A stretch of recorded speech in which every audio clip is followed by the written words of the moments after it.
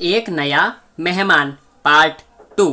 Aunty, Ayush को बुला दीजिए प्लीज। आंटी, बेबी घर कब आने वाला है? बेबी का नाम क्या है? अरे, नाम से याद आया कि नाम का महासंग्राम अभी खत्म नहीं हुआ था। अगर लड़का होता तो मोहित ने 3 नाम शॉर्टलिस्ट किए थे, विरल, आदित्य, हिमांशु। रागिनी ने जवाब में शॉर्टलिस्ट किए थे कुंज, मलय, कौशुतुब्स। अच्छा, अगर लड़की होती तो मोहित ने अपना फाइनल नाम एक ही सोच लिया था, आयशा। और रागिनी का फैसला था कि उनकी बेटी का नाम अदिति होगा। इन 8 नामों की लड़ाई में बेचारा आयुष पिसा जा रहा था। न जाने कितनी बार वो पर्चियां उठा चुका था, न जाने कितनी बार वो आंखें बंद करके बड़ी सी सीट पर कई नामों में से एक नाम पर उंगली रख चुका था। लेकिन हर बार मियाँ बीवी में कुछ न कुछ आरोप प्रत्यारोप हो जाते थे और फैसला खारिज हो जाता था। ये सब करते करते गोद भराई का दिन भी आ गया था। घर रिश्तेदारों से भरा था। औरतें ढोलक मंजीरे पर अपनी धुन में गाने लगी रही थी।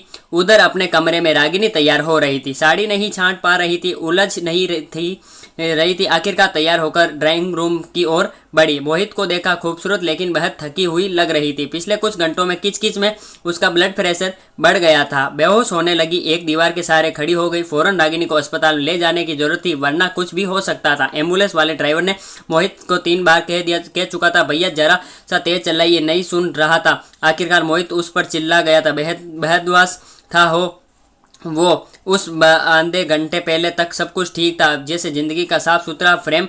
लेकिन अचानक किस्मत ने उनका शीशा चटका दिया था। रागिनी बेहोश थी और जवाब नहीं दे रही थी। बड़ा अकेला महसूस कर रहा था और वो अचानक मोहित अफरा तफरी में अस्पताल पहुंचा। उसे समझ नहीं आ रहा था कि रागिनी का ख्याल करे या दौड़कर पर्चा बनवाए। खैर, डॉक्टर्स ने आखिरकार रागिनी को एडमिट कर लिया। मोहित जाकर उसके बेड के बगल में बैठ गया, उसका हाथ थाम लिया। पहली बार रागिनी के इस बहादुर लड़की के चेहरे पर शीशन देखी थी। माँ बनने का सपना वो बचपन से संजोए थी। यह सपना वो खोना नहीं चाहती थी। मोहित ने रागिनी की खातिर दफ्तर से छुट्टी ली। दौड़ते हुए सब काम करता रहता था दिन भर। और उधर घर में माँ एक नन्ही सी जान आयुष का ध्यान बटा रही थी और प्रार्थना भी कर रही थी कि उसकी बेटी ठीक हो जाए। लेकिन रागिनी की हालत सुधर ही नहीं रहती और उम्मीद और नाउम्मीद के बीच एक दरीचा है कि और उस दरीचे में से मोहित अपनी पत्नी की जिंदगी को देख रहा था। उसने तो सारी जिंदगी का सोचा समझा प्लानर तैयार कर लिया था। कब शादी करेगा, कब पहला बच्चा होगा, कब दूसरा, कब उनके लिए फिक्स डिपॉजिट।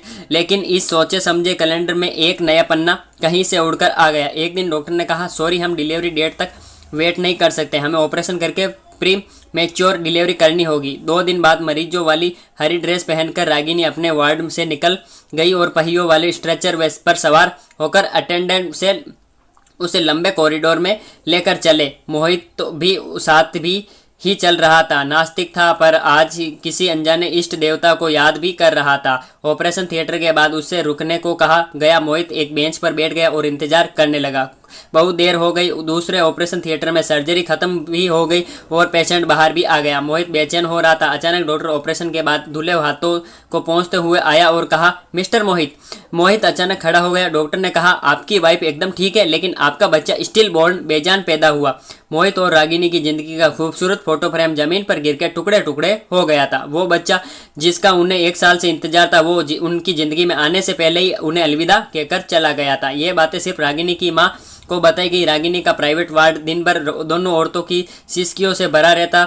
मोहित के अंदर भी बहुत कुछ उमड़ रहा था, जैसे किसी ने तकलीफ में डूबा हुआ खंजर उसके सीने में डालकर हाथ को फिरा दिया हो। वो भी जोर जोर से सिसक कर रोने चाहता था, लेकिन मजबूर था। ऐसे वक्त में कमजोर नहीं दिख सकता था। घर पर आयुष को एक झूठ बता दिया गया था कि उसकी मम्मी को एक इन्फेक्शन हो गया है और उसे किसी से भी मिलने की मनाही थी। मोहित और रागिनी का अपना गम इतना तकलीफदेह नहीं था जितनी उस लंबे का डर। जब उस अपने घर में वापस दाखिल होने वाले थे, खाली हाथ वो दोनों जब घर से निकले तो उन्हें नन्हे से सपने को घर लाने के लिए निकले थे, जो 1 साल से उनकी आंखों में बसा हुआ था। लेकिन आज वो सपना जल चुका था। रागिनी को अस्पताल से घर जाने की इजाज़त मिलने वाली ही थी, लेकिन शायद उस वक्त के लिए उसे किसी भी चीज़ का कोई मोह ही नहीं बचा था। वो टूट चुकी थी, दीवारों की ताकती रहती थी, अचानक रो पड़ती थी। कुछ और दिन बीत गए। आखिरकार एक दिन रागिनी को डिस्चार्ज कर दिया गया। मोहित ने अस्पताल से चलने से पहले एक घर फ़ोन किया। आया ने उठाया। आयुष ने कहा, आयुष कहाँ है? मोहित ने कहा, एरोप्लेन बना रहा है साहब। पीछे आयुष ने जोर जोर से गाने की आवाज़ आ रही थी। वो हाथ हवा में फैलाकर हवाई जहाज बनकर सारे घर में गाता फिर रहा था। मेरे घर एक काका आने वाले हैं। मोहित ने बिना कुछ कहे फ़ोन रख दिया। पेपर वर्क पूरा हो गया, वो लोग चल दिए। आधे घंटे बाद मोहित ने अपने घर पर घंटी बजाई। आया ने दरवाजा खोला और पलटकर चिल्लाई, आयुष देखो कौन आया है। आयुष दौड़ता हुआ आया और वहीं एरोप्लेन वाली मुद्रा करता हुआ बोला, कहाँ है बेबी, कहाँ है बेबी? मोहित ने पलटकर रागिनी और उसकी माँ को देखा। रागिनी बोली, लो ये है तुम्हारा बेबी। रागिनी की गोद में एक छोटा सा बच्चा था। पाँव मारता हुआ, अपनी जरा जरा सी मुट्ठियाँ भींचता हुआ, अपनी आंखें खोलकर रोशनी में मीचता हुआ। रागिनी की बेटी उसे छोड़कर चली गई थी और आयुष की जिंदगी की खातिर मोहित और रागिनी ने एक नन्ही सी जिंदगी को एक नई जिंदगी देने का फैसला कर लिया था, अनाथालय जाकर।